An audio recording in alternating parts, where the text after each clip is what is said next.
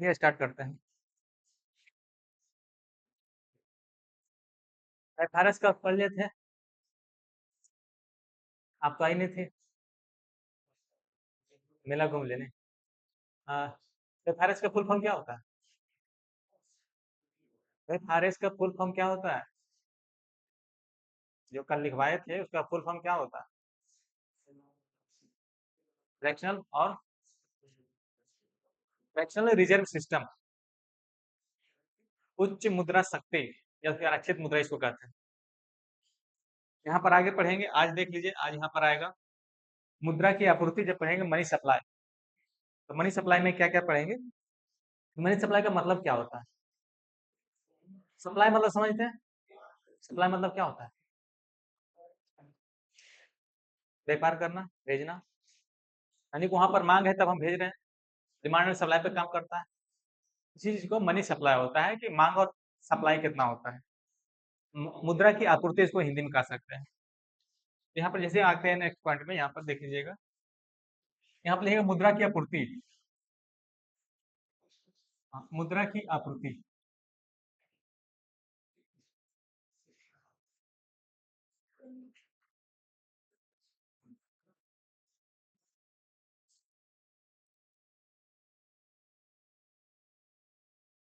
Money supply, मुद्रा की आपूर्ति मनी सप्लाई, मुद्रा की आपूर्ति मनी सप्लाई। हेडिंग में दीजिएगा मुद्रा की आपूर्ति मनी सप्लाई। यहाँ पर से हम आपको बताएंगे एफआरएस यहाँ से कैसे लिंक करता है। कल आप बता रहे थे एफआरएस पता नहीं पूछेगा कि नहीं पूछेगा। इकोनॉमिक्स समझने का चीज है, यहाँ पर क्वेश्चन इतना घुमाएगा तो पता नहीं चलेगा।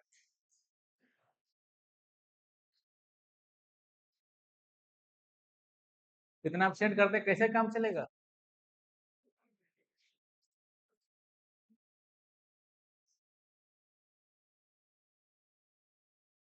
तो लगता है कि आरक्षण है तो फायदा उठा लेंगे, उसके बिना पढ़ ले।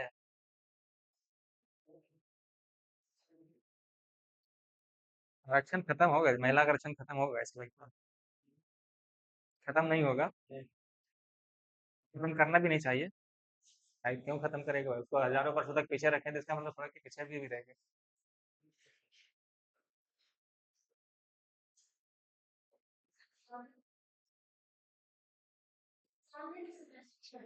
हाँ, कौन शिफ्ट में है? कहाँ एग्जाम है? कौन शिफ्ट है? First shift, second shift? First shift है। साइंस है? साइंस, साइंस तो सेकंड, हाँ फर्स्ट शिफ्ट लेता है साइंस। मुद्रा की आपूर्ति मनी सप्लाई लिखेंगे। मुद्रा की आपूर्ति का अर्थ मतलब क्या है? मुद्रा की आपूर्ति का अर्थ मतलब बाजार में चलन मुद्रा, बाजार में चल रहा मुद्रा की नहीं चल रहा। तो पीछे यहाँ पर देखिए, थोड़ा सा ध्यान दीजिएगा, यहाँ पर आपको हेडिंग में दिखाए थे। यहाँ पर क्या वस्तु मुद्रा जो होता है, यहाँ पर देख लीजिए, फिर प्रतिनिधि मुद्रा, आंशिक मुद्रा, वैधानिक मुद्रा, विधि मुद्रा, क्रिप्टो करेंसी और इलेक्ट्रॉनिक मुद्रा। इतनी सारी मुद्रा आपको पढ़ने का है। मुद्रा की अवधारणा आरबीआई की भूमिका से पढ़ा दिए, बैंकिंग प्रणाली, आरबीआई दोनों आपको अच्छे से पढ़ चुके हैं। फिर मौद्रिक नीति और मुद्रा के प्रकार, लगभग में ये सारे चैप्टर लगभग आप पूरा हो गया है। बचा इधर वाला, इधर जैसे आते हैं, यहाँ पर देख लीजिए मुद्रा की आपूर्ति। यहाँ पर लिखिएगा मुद्रा की आपूर्ति का अर्थ है, लिखिएगा मुद्रा की आपूर्ति का अर्थ है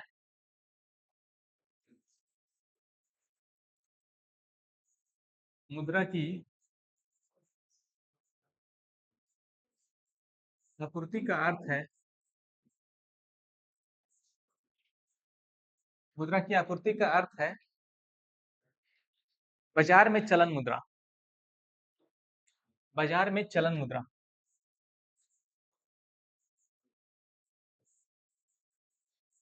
बाजार में चलन मुद्रा,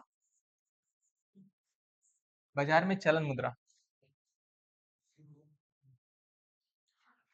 अच्छा, मुद्रा की आपूर्ति में कौन कौन से घटक शामिल है? कल आपको बताए थे मुद्रा की आपूर्ति में कौन कौन से घटक शामिल है। कल लिखाए थे ना हमको 3 पॉइंट 4 पॉइंट। रिविजन नहीं करके आते हैं इसका मतलब। हम्म, आरबीआई के पास बैंकों की जमा, आरबीआई की अन्य जमा। तो आप लिखेगा मुद्रा की आपूर्ति में 4 घटक शामिल हैं। देखिए, मुद्रा की आपूर्ति में 4 घटक शामिल हैं। मुद्रा की आपूर्ति में 4 घटक शामिल हैं, 4 घटक, 4 घटक। पहला क्या है? जनता के पास करेंसी, जनता के पास करेंसी,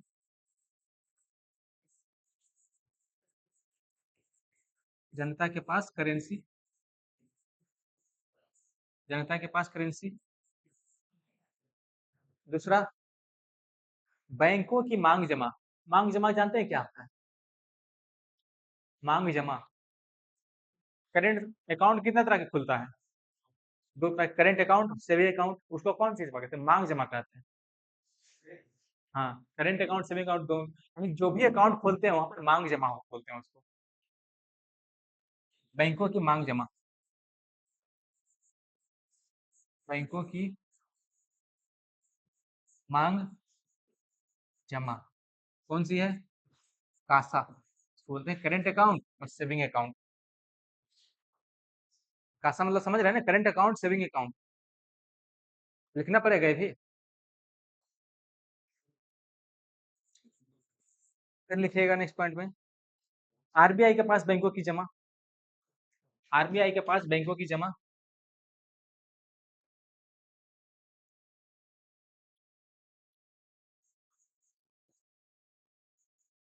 आरबीआई के पास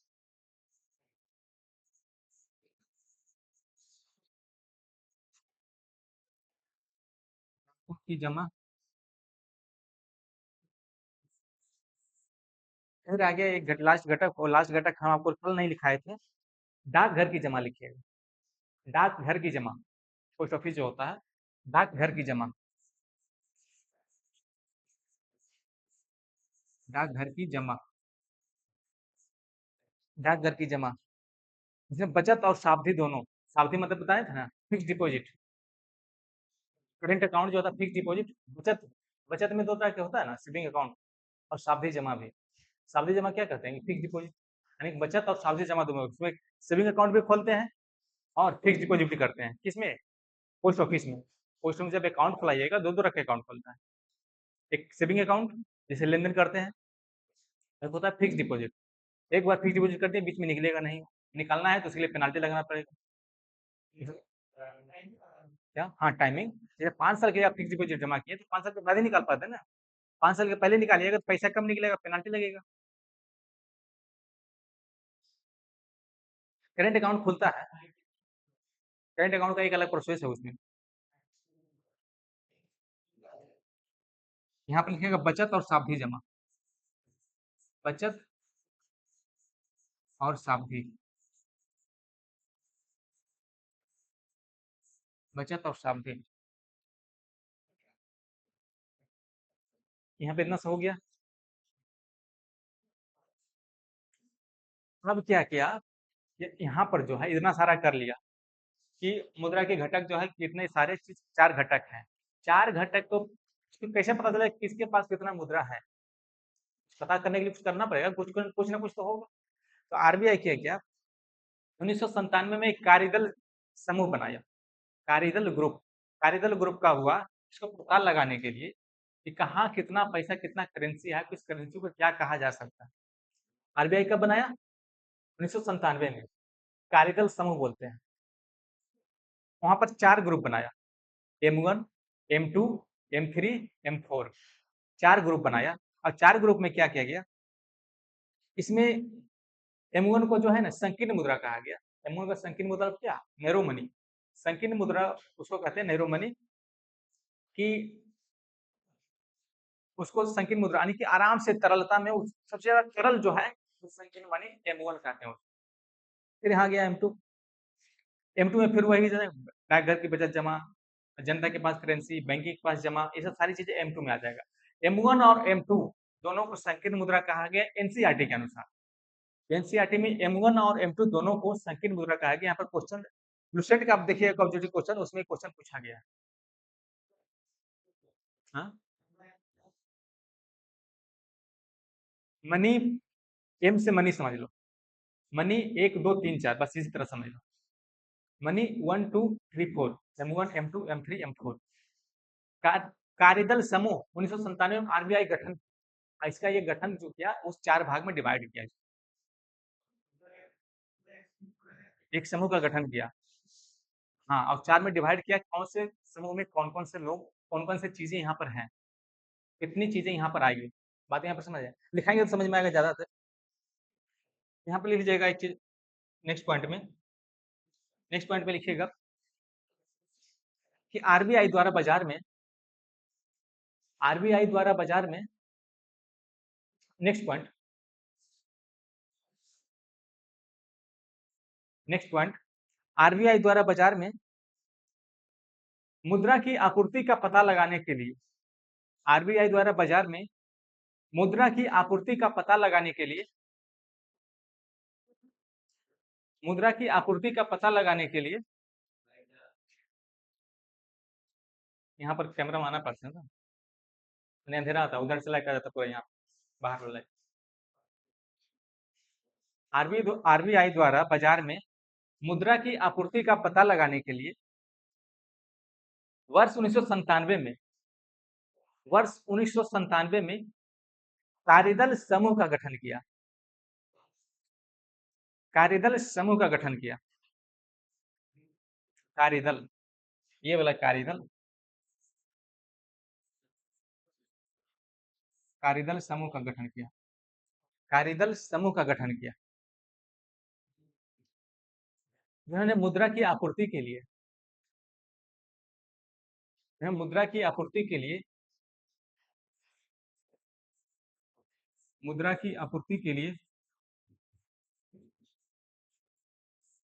मुद्रा की आपूर्ति के लिए, मुद्रा की आपूर्ति के लिए क्या किया, M1, M2, M3, M4 का सुझाव दिया। हाँ, M1, M2, M1, M2, M3, M4 का सुझाव दिया,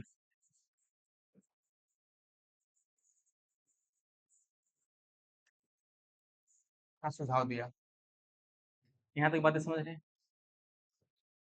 रिवीजन करके नहीं आते हैं, हमको लगता है रिवीजन करके नहीं आते तभी बातें आपको समझ नहीं पाते हैं। हाँ, हल्का फुल्का देख लेते हैं। हम आपको एक चीज बताते हैं, इधर से जाते एक साथ एक बार आप देख लीजिए, फिर रात में सोने से पहले एक बार देख लीजिए, और कल पढ़ने आने से पहले देख लीजिए, 3 बार बस। इधर जाने के बाद नहीं देखते हैं।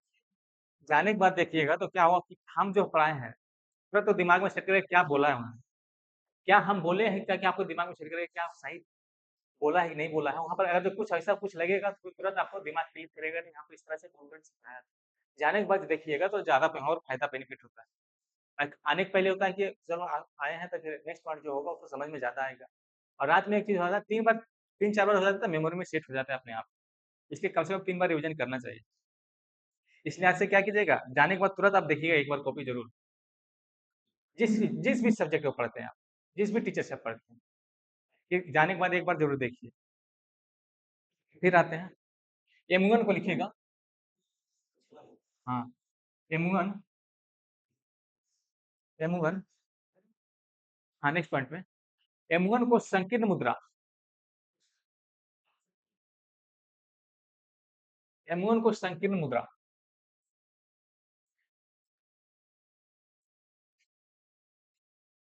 M1 को संकीर्ण मुद्रा, अंग्रेजी में इसको नैरो मनी कहते हैं।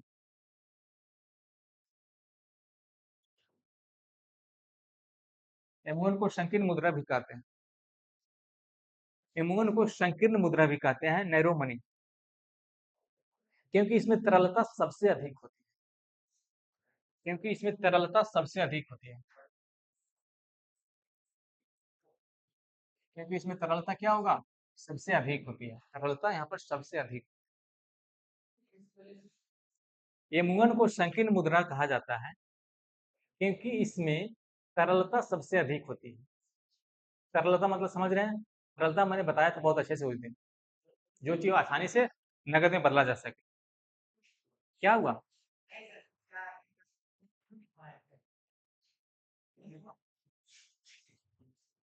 कल कल लिखवाए थे।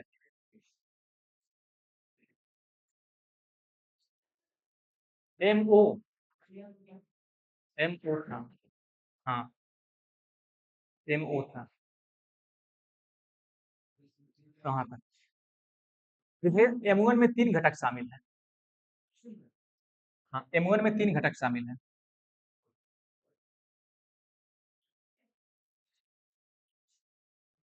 M1 में 3 घटक शामिल हैं। M1 में 3 घटक शामिल हैं।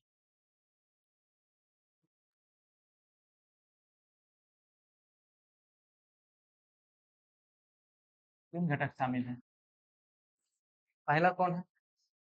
पहला फिर वही जनता के पास करेंसी। जनता के पास करेंसी। पहला वही जनता के पास करेंसी।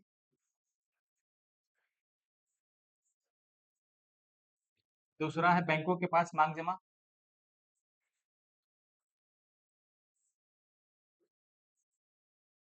दूसरा बैंकों की मांग जमा। बैंकों की मांग जमा। बैंकों की मांग जमा। बैंकों की मांग जमा। और तीसरा क्या है? तीसरा आरबीआई की अन्य जमा। आरबीआई की अन्य जमा।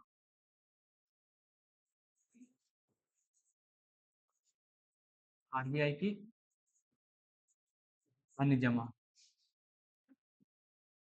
ये आ गया कौन? M1 में आ गया। M1 में 3 घटक शामिल है। ये चीज है। बात यहाँ पर समझ रहे हैं? M1 में कौन कौन से घटक शामिल है?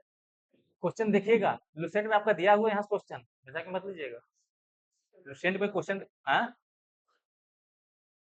M1 के बारे में दिखाया दिया हुआ है कि नहीं, M1 M2 उसमें लिखा हुआ है कि नहीं लुसेंट में? मनी, एम से मनी। 4 प्रकार के यहाँ पर बांटा गया है कि 4 तरह का सुझाव दिया है कि किस में किस कौन कौन सी चीजें रखी जाएगी। बात यहाँ पर समझे?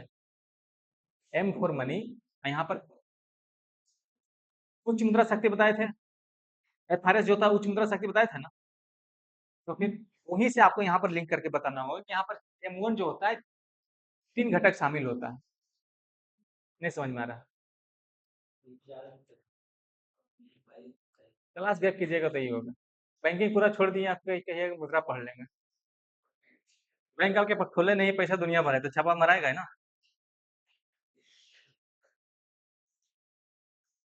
तो ये यहाँ पर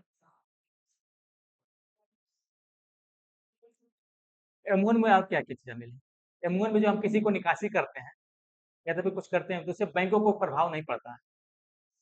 बात यहाँ पे समझ रहे? M1 जो है, M1 धन की निकासी या बैंकों में जमा से कोई प्रभावित नहीं होता, क्योंकि उसमें तरलता सबसे ज्यादा होता है। और तरलता ज्यादा है तो उससे बैंक मतलब बैंक भी खोलने के लिए क्या सोना चाहिए। कल ही मोदी जी ने कहा ना कि सोना कम खरीदो, गाड़ी में कम घूमो, वर्क फ्रॉम होम करो। हाँ, हाँ, सोना रहेगा तब तो दे। यहाँ पर एक बहुत सारे कारण है कि ईरान और अमेरिका जो युद्ध चल रहा है ना, बहुत ज्यादा वो पूरा वर्ल्ड पे उसका असर पड़ रहा है। चालू हुआ, बंदे कब हुआ? बंद कब हुआ? बंद नहीं हुआ ना। ईरान अमेरिका का युद्ध जो है बंद नहीं हुआ। ईरान का, हाँ, ईरान के पास है तो किसका कब दम रहेगा? क्या?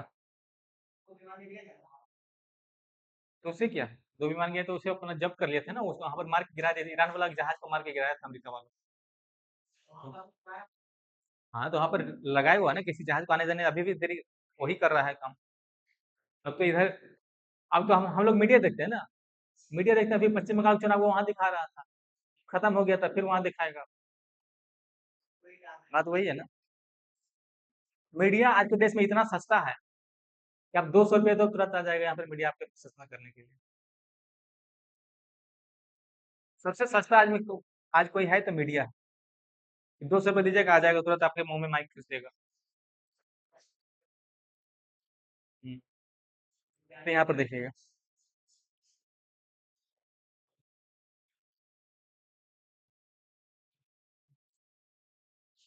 यहाँ पे लिखिएगा M1 धन के निकासी, M1 धन के निकासी,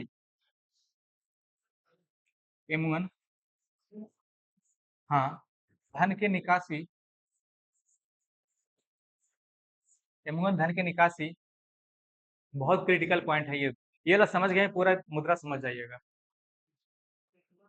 M1 धन के निकासी या बैंकों में जमा से या बैंकों में जमा से प्रभावित नहीं होता है।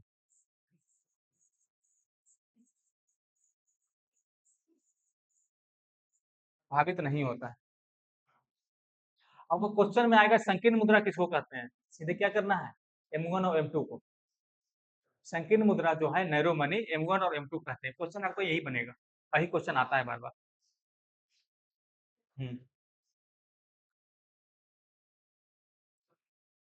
आपको पता है तरलता सबसे ज्यादा देता है, तरलता सबसे ज्यादा होता है, तो तरलता को निकाल ही लेंगे तो कहाँ रखेंगे उसको।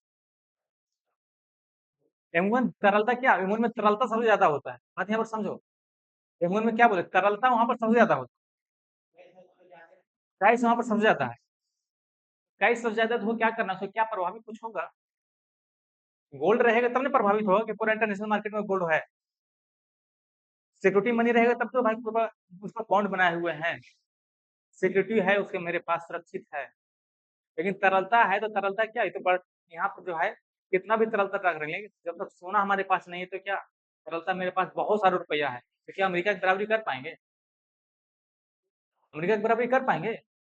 अमेरिका की बराबरी करने के लिए मेरे पास क्या होना चाहिए, जैसे आजकल सोना को आयात आयात कम करने के लिए, आजकल सोना कम खरीदने के लिए ने प्रधानमंत्री मोदी ने ऐसा क्यों कहा, क्योंकि तो सोना का दाम बहुत ज्यादा हो गया। मतलब सोना हम लोग बाहर से मंगाते हैं, तो बाहर से मंगाते हैं सोना, सोना बाहर से मंगाते हैं तो उससे क्या होता है, हमारे देश का जो मुद्रा है कहाँ जाता है, वो बाहर जाता है। तो बाहर जाता है तो विदेशी मुद्रा भंडार में क्या होता है, वृद्धि होता है, विदेशी मुद्रा भंडार में कमी आएगा, विदेशी मुद्रा भंडार में कमी आएगा। विदेशी मुद्रा भंडार समझ रहे हैं, रिवीजन नहीं किए हैं, रिवीजन करते तो इतना सारे लोगों का आज मुंह लटका हुआ है। नहीं समझ में आ रहा है ना।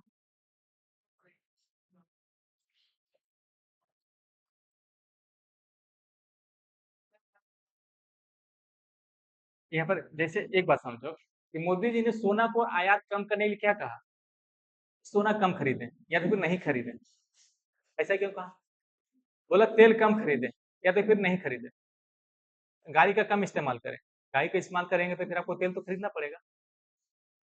क्यों कहा ऐसा, क्योंकि आज का जो स्थिति बना हुआ है ईरान अमेरिका के चलते पूरा वर्ल्ड में जो इस तरह से है, मंदी की स्थिति आ गया है, उसको क्या करना, उसको कम करने के कुछ ना कुछ तो करना पड़ेगा ना। ये कुछ ना कुछ क्या विदेशी मुद्रा भंडार जो हमारे पास है, उसको उसको बनाए रखने के लिए या फिर उसको बढ़ाने के लिए, बनाए रखने के लिए बढ़ सकता तो अच्छी बात है, लेकिन उसको कम नहीं करना है। विदेशी मुद्रा भंडार, विदेशी मुद्रा भंडार बताए थे कि अगर जो मेरे पास विदेशी मुद्रा भंडार नहीं है तो क्या बाहर की कंपनी हमारे घर में आएगी कंपनी लगाने के लिए, नहीं आएगी। हमारे पास विदेशी मुद्रा भंडार नहीं है, अगर जो हम बाहर से कोई सामान खरीदते हैं तो हमारा विदेशी मुद्रा भंडार जाता है कि नहीं जाता, कम होता है कि नहीं होता, तो कम होता है तो मोदी जी ने ऐसा यही बात कहा ना कि विदेशी मुद्रा भंडार को बनाए रखने के लिए ये सब सारा काम करना होगा। तेल को कम इस्तेमाल करेंगे, जैसे हम तेल खरीदते हैं बाहर से, ईरान से, रसिया से, जहाँ से भी, तो तेल खरीदते हैं तो उसको पैसा किस में पे करते हैं, डॉलर में। तो डॉलर में पे करते हैं तो क्या विदेशी मुद्रा भंडार हुआ, विदेशी मुद्रा भंडार हुआ तो कम हुआ, कम हुआ तो फिर क्या, जो बाहर की कंपनियां हैं या तो फिर कुछ काम के लिए जो हम रखे हुए हैं वो काम और काम कर पाएंगे।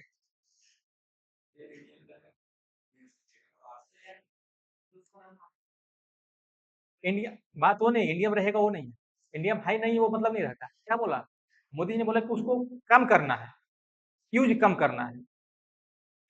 जितना जहां पर मेट्रो चल रहा है, मेट्रो कैसे चलता है, मेट्रो तेल से नहीं चलता है, ट्रेन तो तेल से नहीं चलता है, हाँ? तो बिजली चलता है, तो बिजली चलता है तो बिजली तो हमारे घर में उत्पादन होता है, उत्पादन होता है ना, कोयला से हम पूरा उत्पादन करते हैं, न्यूक्लियर पावर से पूरा चलते हैं। तो उसको उत्पादन करते हैं तो वहाँ पर क्या करना पड़ेगा? वो तो बनाते हैं हम लोग, बनाते हैं। तो बनाते हैं तो उससे तो कोई विदेशी मुद्रा भंडार में कोई कमी फ़र्क पड़ने वाला है नहीं। हाँ? हाँ, हाँ। विदेशी मुद्रा भंडार हमारे पास विदेशी मुद्रा भंडार में क्या-क्या चीज़ बताया था विदेशी मुद्रा क्या है? सोना है, गोल्ड है ना विदेशी मुद्रा भंडार के रूप में।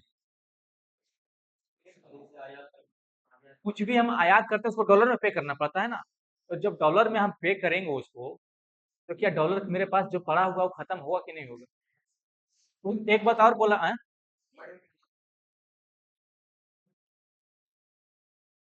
क्या चीज़ में? डॉलर में। एक डॉलर में कितना रुपया लगता है पता है? तो फिर रुपया हमारे देश में कितना क्या स्थिति होगा समझ रहे हैं? उन्होंने और क्या कहा कि विदेशी विदेश घूमने के लिए नहीं जाएँ। जो तथाकथित उच्च वर्ग के लोग जो हैं, वो ऊपर विदेश घूमने जाते हैं, आजकल शादियाँ विदेश में करते हैं लोग। तो शादियाँ विदेश में करते हैं उससे क्या खर्च होता है कि नहीं होता है? हमारे देश का पैसा दूसरे देश में जा रहा है कि नहीं जा रहा? जा रहा है ना? हमारे देश का पैसा दूसरे देश में जा रहा है तो हमारे देश में जो विदेशी मुद्रा है, वो कमी पड़ रहा है कि नहीं पड़ रहा? कमी हो रहा है ना? इस यही लेकर के ना मोदी जी ने कहा 24 घंटे में 2 बार उन्होंने बोल दिया। यहाँ पर ये सब सारी चीज़ें कम करनी होगा, सोना का कम खरीदना होगा, तेल कम यूज़ करना होगा, विदेश घूमने के लिए कम जाना होगा। घूमना है तो अपने देश में घूमिए, इतनी अच्छी-अच्छी जगह है। मना थोड़ी नहीं कर सकते हैं, वो तो रिक्वेस्ट किए हैं ना, रिक्वेस्ट किए हैं, सलाह भी नहीं दिए हैं, रिक्वेस्ट किए हैं, आग्रह किए हैं कि हमें हमको आपसे आग्रह है कि ये सब चीज़ें ना करें। जो अगर जो कोई फ़ोर व्हीलर से जाता है, फ़ोर व्हीलर में अकेले जाता है आजकल, 20 किलोमीटर 25 किलोमीटर जिसमें ड्यूटी होता है, पैसा कमाता है, अकेले जाता है। उन्हें क्या कहा वहाँ पर 2 3-4 लोगों को साथ लेके जाएँ, ऐसा कहा उन्होंने। हालाँकि ऐसा अगर जो कोई रहता है, अगर जो मान लीजिए हम कहीं जा रहे हैं, मेरे पड़ोसी में कोई है कि उसको भी वहीं जाना है, साथ में चलो भाई क्यों झूठ-मूठ के तेल खरीदना है कि नहीं ऐसा? बट ऐसा होता नहीं है, इतना हो जाता है। बातें समझ में आई अब विदेशी मुद्रा भंडार अब समझ में आया? बैंकिंग पढ़ते तो बहुत अच्छे समझ में आ जाता। बैंकिंग नहीं पढ़े आप, बैंकिंग अब नया बैच स्टार्ट होगा तो उसमें आपको पढ़ना पड़ेगा। बिना बैंकिंग पढ़े बैंकिंग से ज़्यादा क्वेश्चन आते हैं वहाँ से, वहाँ आपको पढ़ना पड़ेगा। लिखवा दिए थे प्रभावित नहीं होता। M1 का घटक लिखवा दिए थे।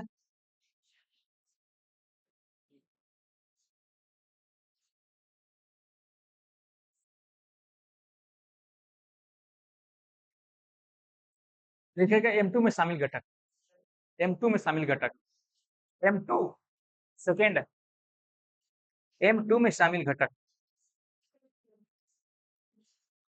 M2 में शामिल घटक, M2 में शामिल घटक,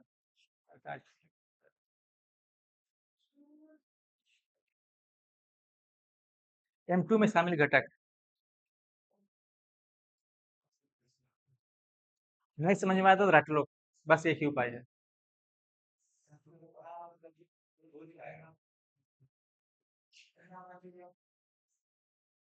जैसे M1 में क्या-क्या घटक है, मेन तो यही है।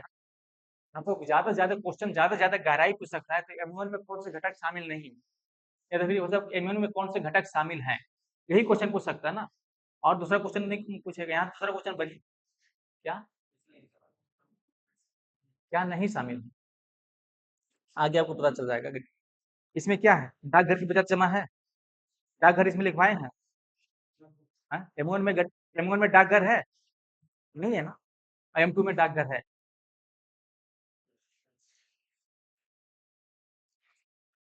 M2 में सिर्फ चौथा पॉइंट डाल दीजिएगा, डाकघर की बचत जमा। M2 में बस वही है। M2 में ये तीनों लिख लीजिएगा और चौथा पॉइंट में लिखिएगा डाकघर की बचत जमा। हाँ, M1 प्लस डाकघर की बचत जमा। M1 में तीनों घटक शामिल है ना? तीनों घटक लिखिए पहले। हाँ, M2 में सिर्फ वही जब एक्स्ट्रा है। M1 प्लस डाकघर की बचत जमा। M1 प्लस डाकघर की बचत जमा। M1 में तीनों घटक शामिल है, तो तीनों घटक उसमें आएगा। M2 में सिर्फ वही आएगा डाकघर की बचत जमा। 3 बार बोल दिए 4 बार।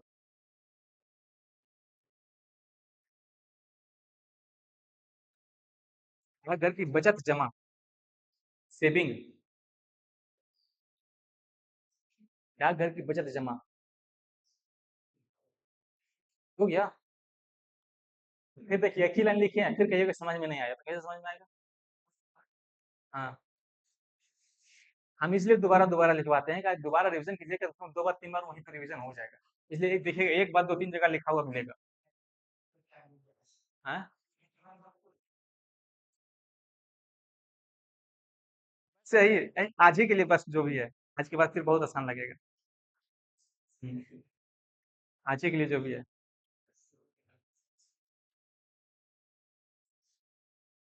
लिखिएगा एनसीईआरटी के अनुसार पॉइंट में, नेक्स्ट पॉइंट दे करके, एनसीईआरटी के अनुसार, एनसीईआरटी के अनुसार M1 और M2 दोनों को संकीर्ण मुद्रा कहा जाता है। एनसीईआरटी के अनुसार M1 और M2 दोनों को संकीर्ण मुद्रा कहा जाता है।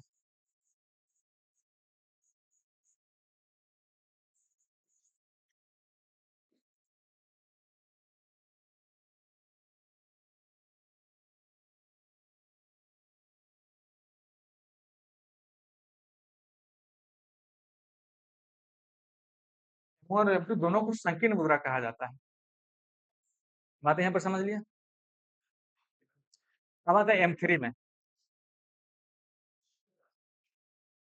M3 में क्या करें, पढ़ाना पड़ेगा, यहाँ क्वेश्चन बनता है इसलिए जबरदस्ती में पढ़ा, क्वेश्चन नहीं बनता तो हम यहाँ नहीं पढ़ाते। इसमें क्या समझा, यही है, ये है। एनसीईआरटी में आपको मिलेगा भी नहीं, एनसीईआरटी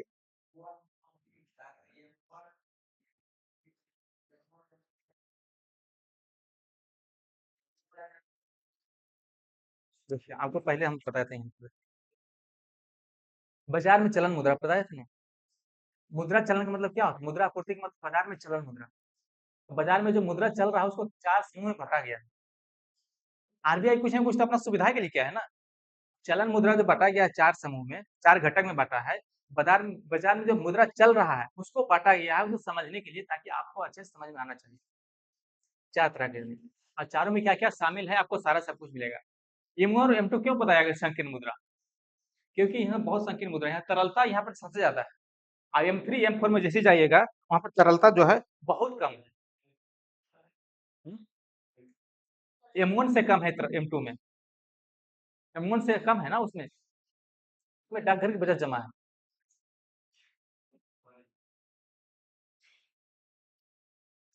वही चलन मुद्रा 4 घटक में शामिल करने के लिए कि आपको बैंकिंग को आराम से कैलकुलेशन करने में यहाँ पर बहुत सारे आसानी हो जाए।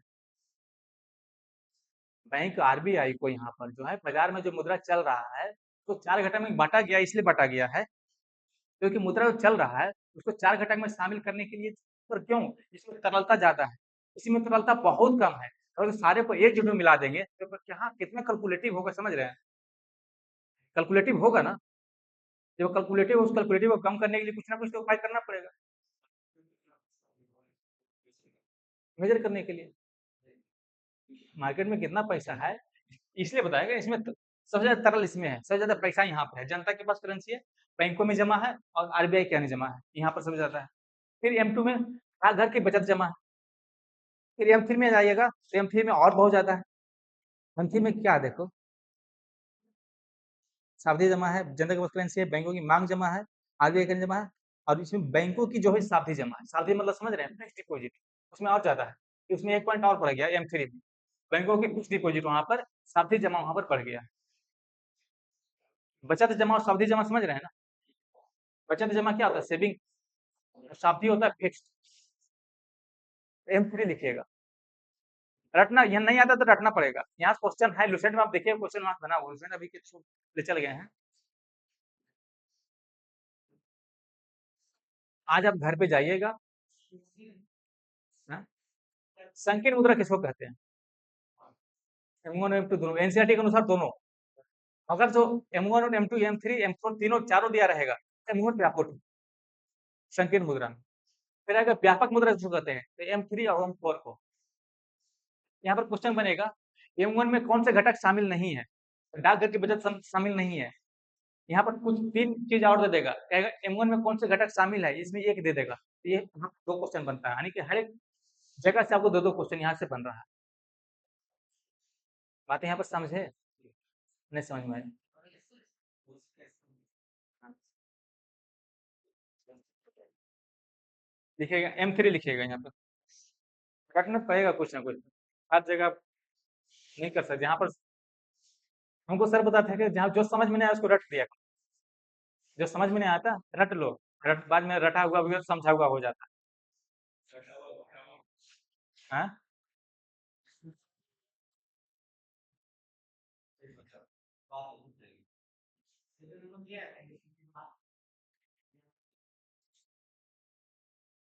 ये 2 महीना हो जाएगा, 2 महीने बाद फिर से देख लीजिएगा। M3 लिखिएगा।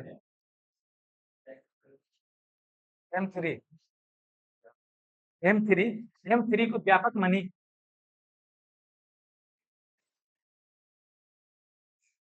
M3 को व्यापक मनी ब्रॉड मनी इसको कहते हैं अंग्रेजी में करना है। M3 को व्यापक मनी व्यापक मुद्रा ब्रॉड मनी कहा जाता है, क्योंकि इसमें बैंकों के क्योंकि इसमें बैंकों के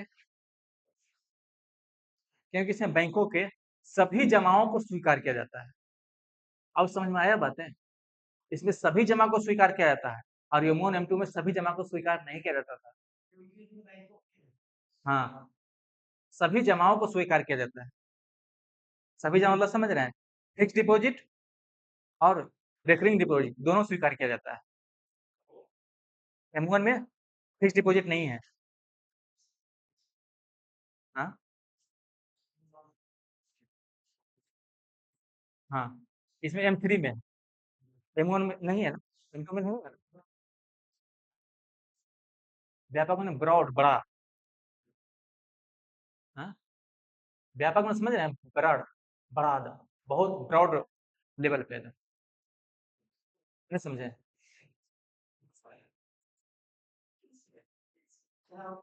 बिग साइज, हाँ ठीक, बिग साइज। कभी अंग्रेजी समझ में नहीं आता, कभी हिंदी समझ में नहीं आता, तो हम क्या कहें? क्योंकि सभी जमाओं को स्वीकार किया जाता है। ब्रैकेट में लिखिएगा मांग और सावधि जमा दोनों। हाँ, ब्रैकेट में मांग और सावधि जमा दोनों। मांग और सावधि जमा दोनों।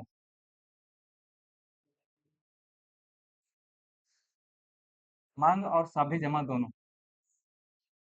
मांग और सावधि जमा दोनों। सावधि, ये वाला सावधि।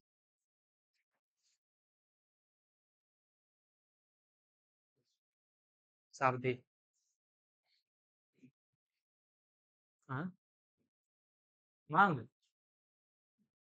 किसी से हम मांगते हैं तो क्या बोलते हैं? Fix deposit. मांग जमा मतलब क्या होता है कि करंट सेविंग अकाउंट को बचत जमा कहते हैं ना उसको। बचत अकाउंट, बचत खाता, सेविंग को, वही से रिलेटेड मांग जमा, यानी कि वहां पर मांग और जमा, वहां पर बैंकों से हम मांग भी कर सकते हैं और जमा भी कर सकते हैं। समझे? बचत अकाउंट जो होता है बचत खाता। यहाँ पर लिखिएगा इसका जो घटक है M3 का घटक M1 प्लस M1 प्लस डाकघर की बचत जमा। डाकघर की बचत जमा नहीं है, M1 प्लस बैंकों की सावधि जमा। M1 प्लस बैंकों की सावधि जमा।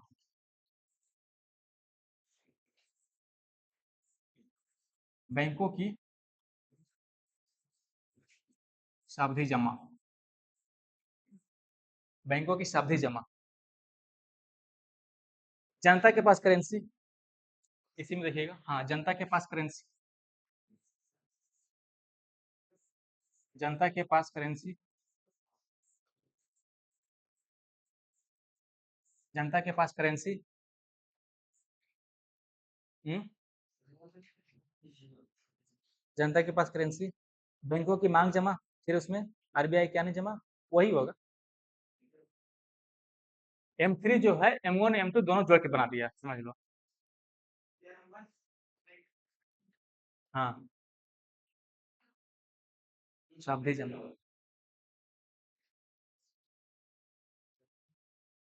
M2 में डाकघर है ना, M3 में नहीं होगा, M3 में नहीं होगा। बैंकों की मांग जमा यहाँ पर लिखिए।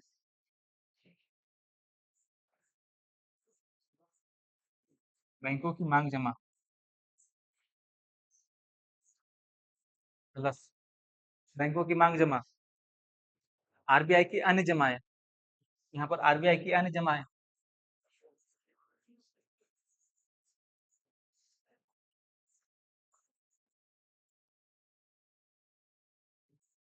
आरबीआई की अन्य जमाएं प्लस बैंकों की सावधि जमा, यहाँ पर हो गया ना, M1 प्लस बैंकों की सावधि जमा, यहाँ पर वही बैंकों की सावधि जमा है, ये यहाँ पर ये नहीं होगी, यहाँ पर रिवीजन के लिए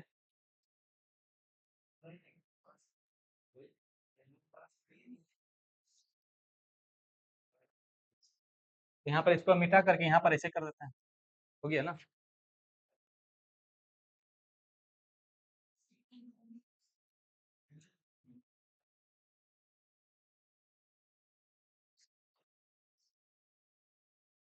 बस हो गया, बस M4 एक और बाकी है, M4 लिखिएगा, M4,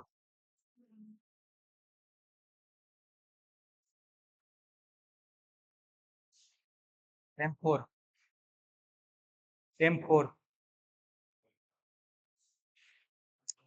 M4 में लिखिएगा M3 प्लस डाकघर की जमा, M3 प्लस डाकघर की जमा, हाँ, डाकघर की जमा, डाकघर की जमा, इसमें भी लिख दें सारा, जनता के पास करेंसी, बैंकों की जमा, हाँ?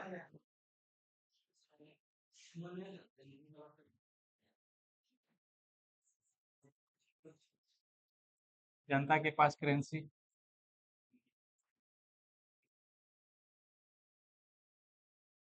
बैंकों की जमा,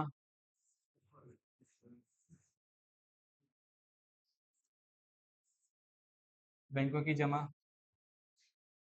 आरबीआई की अन्य जमा इसमें भी आ जाएगा, बैंकों की सावधि जमा,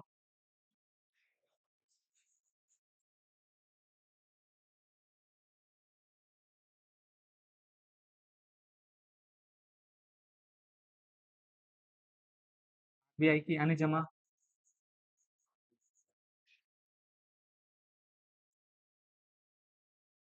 आरबीआई की अन्य जमा, हो गया क्लियर, आरबीआई की अन्य जमा, इसमें एक और डाकघर की जमाएं भी शामिल है इसमें, हो गया ना, डाकघर की जमा इसे लिख ही दिया है,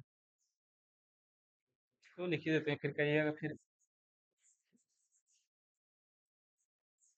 डाकघर की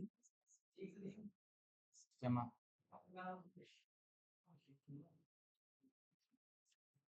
लिख दिए, हो गया। चलो एक बार बचा था क्रिटिकल टॉपिक, उसको नेक्स्ट दिन पढ़ाएंगे, ज्यादा हो जाएगा एक ही दिन।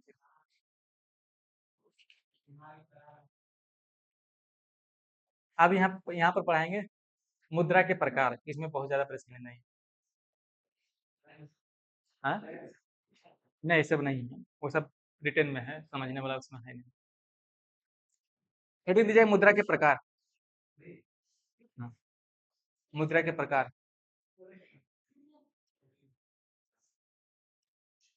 कल कराएंगे तो इसमें 4 महीने लग जाएगा।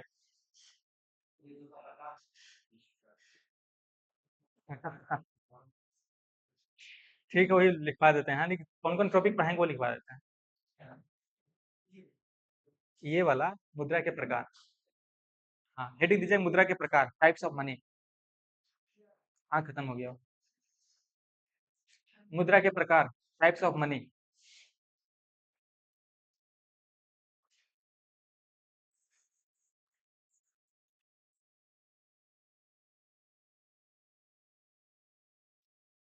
मुद्रा के प्रकार,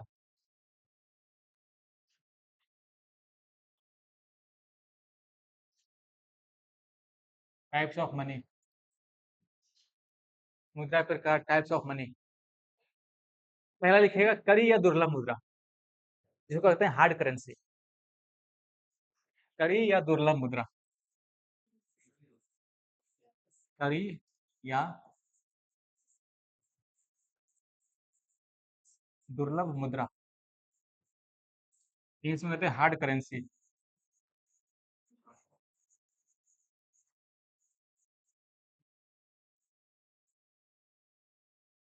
इसमें लिखाएंगे, 2-3 लाइन है, 4 लाइन है, इसमें लिखवा लिख पहले चल जाए। हम्म।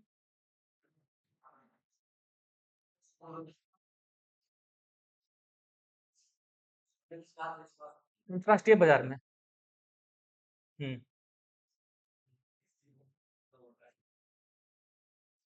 पहले पूरा लिख लीजिए, उसके बाद बताते हैं। फिर दूसरा आता है वैधानिक मनी। वैधानिक मनी समझ रहे हैं? लीगल टेंडर मनी समझते हैं? हाँ, लीगल टेंडर मनी, जो 50 रुपए कभी मार्केट में चलाते हैं, वो उसको बोलते हैं लीगल टेंडर मनी। हाँ। दूसरा वैधानिक मुद्रा, वैधानिक,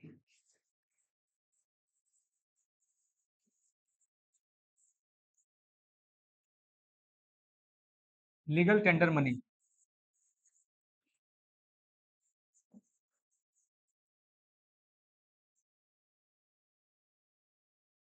legal tender money, legal tender money. तीसरा लिखिएगा साख मुद्रा, क्रेडिट मनी, साख। साख से रिटर्न क्षमता बताए थे, वही साख, साख मुद्रा। Credit money,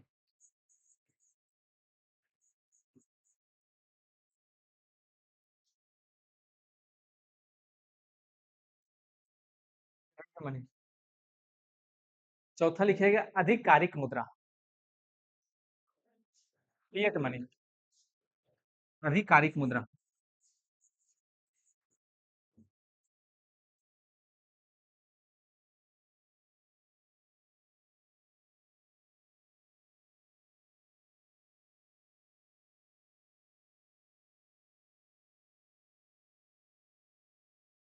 fiat money. पांचवा लिखिएगा उष्ण मुद्रा, हॉट मनी, उष्ण मुद्रा,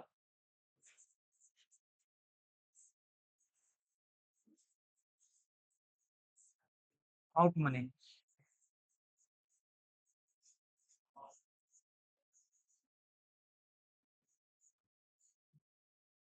हॉट मनी।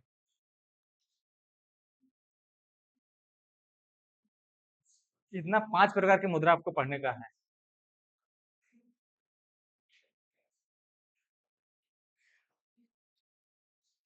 ठीक है।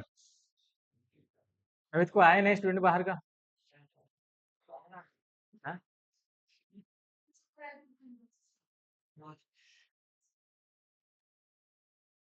हम्म। चलो देखिए क्या है। अंतरराष्ट्रीय बाजार में क्या होता है, जहां पर मांग ज्यादा हो, जस्ट अभी मोदी जी भी, मांग ज्यादा हो, आपूर्ति कम हो, उसको हम कहेंगे हार्ड करेंसी, दुर्लभ मुद्रा। हाँ। हाँ, हर देश की मांग है कि मेरे पास ज्यादा पैसा आवे, मेरे पास ज्यादा डॉलर में आवे पैसा, हर देश की मांग है, लेकिन क्या आपूर्ति कम है। बात यहाँ पर समझ रहे हैं? अगर जो सब देश चाह रहा है, अभी इंडिया चाह रहा है कि बाहर से जितना ज्यादा आयात, ताकि विदेशी मुद्रा भंडार हमारे पास बढ़े। विदेशी मुद्रा भंडार बढ़ेगा तो उसको हम क्या कहेंगे, क्या कहेंगे? हार्ड करेंसी, दुर्लभ मुद्रा। ठीक है। दुर्लभ मुद्रा हार्ड करेंसी से कहेंगे, यानी कि अंतरराष्ट्रीय बाजार में उसका मांग ज्यादा हो, आपूर्ति कम हो, उसको हार्ड मुद्रा कहेंगे। फिर सेकंड में वैधानिक मुद्रा, वो तो जानबे करते हैं, तो बताना पड़ेगा। लीगल टेंडर मनी जो हम चलाते हैं मार्केट में, मेरे पास ये, मान लीजिए देखो मेरे पास पैसा होगा तो 20 रुपया का नोट है, 20 रुपया है, किसी को देंगे उसका 20, सिर्फ 20 लिखा हुआ है, बाकी को यहाँ पर कुछ है ही नहीं, एक कागज है 20 रुपया है, तो यहाँ पर क्या उसका देता हो, क्रेडिट हुआ ना, उसका देना पड़ेगा ना। तो देना पड़ेगा। तो उसमें क्या, वैधानिक मुद्रा सिर्फ 20 रुपया लिखा हुआ है, कागज का नोट है बस, एक कागज उस पर 20 लिखा हुआ है, इसमें कुछ नहीं। उसको लीगल टेंडर मनी, वैधानिक मुद्रा, इसको किसी को देते हैं तो वो लेने से मना नहीं कर सकता कि हम 20 रुपया लिखा हो तो हम नहीं लेंगे, इस पे कागज का है नहीं लेंगे, इस तरह से नहीं लेंगे। लीगल टेंडर मनी कि वैधानिक है, वहां पर चलन में होगा, चलेगा। जब मोदी जी 2016 में नोटबंदी किया था तो यहाँ पे क्या बोला था कि 500 और 1000 रुपये के नोट वैधानिक मुद्रा आज रात 12 बजे से वैधानिक मुद्रा नहीं रहेंगे, लीगल टेंडर मनी नहीं रहेगा, चलन में नहीं रहेगा। हाँ?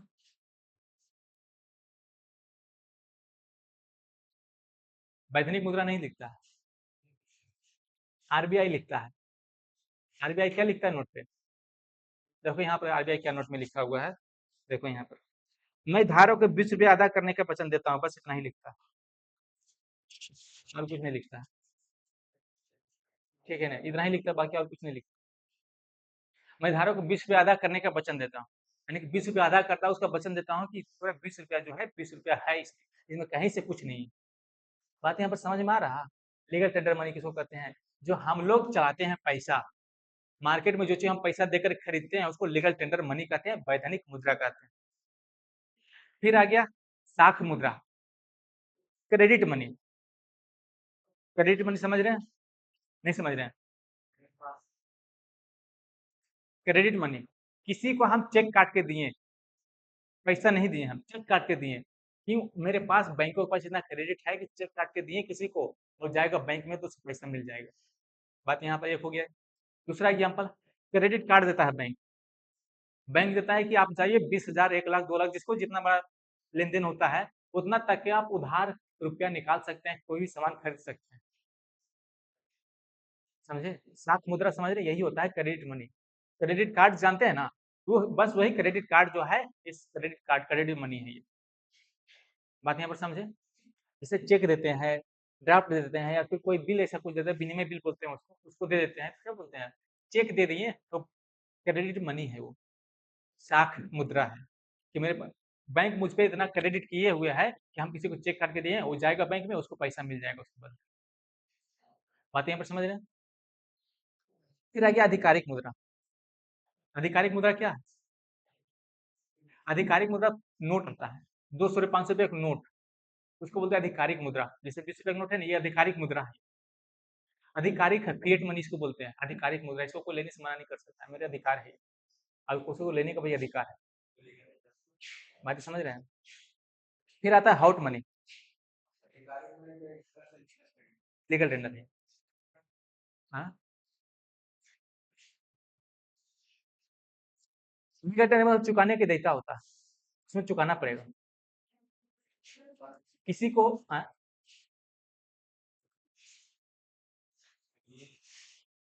क्या कहता है फिर कि बाजार में और चलन में सभी नोट और करेंसी वैधानिक मुद्रा का, वैधानिक मुद्रा हुआ मुद्रा होती है जिसकी चुकाने सरकार की देयता होती है, चुकाने के लिए सरकार की देयता होती है, सरकार देगा उसको। कोई भी व्यापारी, लेनदार और ऋणदाता अपने भुगतान के निपटान के लिए उसे स्वीकार करने के लिए बाध्य होता है, वैधानिक मुद्रा। किसी से हम कुछ लिए और उसको हम पैसा देंगे तो उसके लिए बाध्य होता है, कोई लेगा। ठीक, और किसी कोई सामान लिए उसको पैसा देने के लिए हम बाध्य होंगे कि हम देंगे उसको। सरकार हमसे कुछ सामान लेती, सरकार हमको बाध्य होगी, पैसा देगी। बातें समझे? फिर यहाँ पर हॉट मुद्रा आता है, कृष्ण मुद्रा, हॉट मनी। हॉट मनी क्या किसी में का होता है? एफडीआई में, पीआई में, शेयर मार्केट में, हॉट मनी इसको बोलते हैं। हॉट मनी का मतलब क्या हुआ? अल्पकालिक लाभ, कुछ समय के लिए लाभ जो होता है उसको हॉट मनी बोलते हैं। कुछ समय के लिए, 2 दिन, 4 दिन, 1 साल के लिए, 1 साल से कम, 1 साल से कम के लिए जो लाभ के लिए काम करते हैं उसको हॉट मनी बोलते हैं, कृष्ण मुद्रा बोलते हैं। शेयर मार्केट में हुआ, एफडीआई हुआ, एफपीआई हुआ। एफडीआई का फॉरेन डायरेक्ट इन्वेस्टमेंट, एफपीआई का फॉरेन पोर्टफोलियो इन्वेस्टमेंट। कल आपको ऐसे समझ में आएगा कि बेसो हम प्लान कर देते, जैसे शीघ्र पलायन, जैसे कृष्ण मुद्रा क्या हुआ, जैसे अभी शेयर मार्केट एकाएक ऊपर चला जाएगा, एकाएक जब ऊपर चला जाएगा तो क्या बोलते हैं? शीघ्र फायदा हुआ, तत्कालिक फायदा हुआ। तो तत्कालिक फायदा हुआ तो क्या बोलते हैं? कृष्ण मुद्रा हॉट मनी। जब यहाँ पर तत्कालिक नुकसान भी हुआ तो उसी को हॉट मनी बेचते हैं, कृष्ण मुद्रा हॉट मनी। बात यहाँ पर समझे हॉट मनी क्या होता है? कल इतना जो 6 प्रकार, जो 5 प्रकार का जो मनी है। फिर उसके ऊपर गूगल पर देख करके आइए, क्या हम सही पढ़ा रहे हैं, गलत पढ़ा रहे हैं, ठीक। गूगल पर, यूट्यूब पर सारा सब कुछ आपको मिल जाएगा। बात यहाँ पर समझ लिया? ठीक है, रहने देते हैं, टाइम हो गया।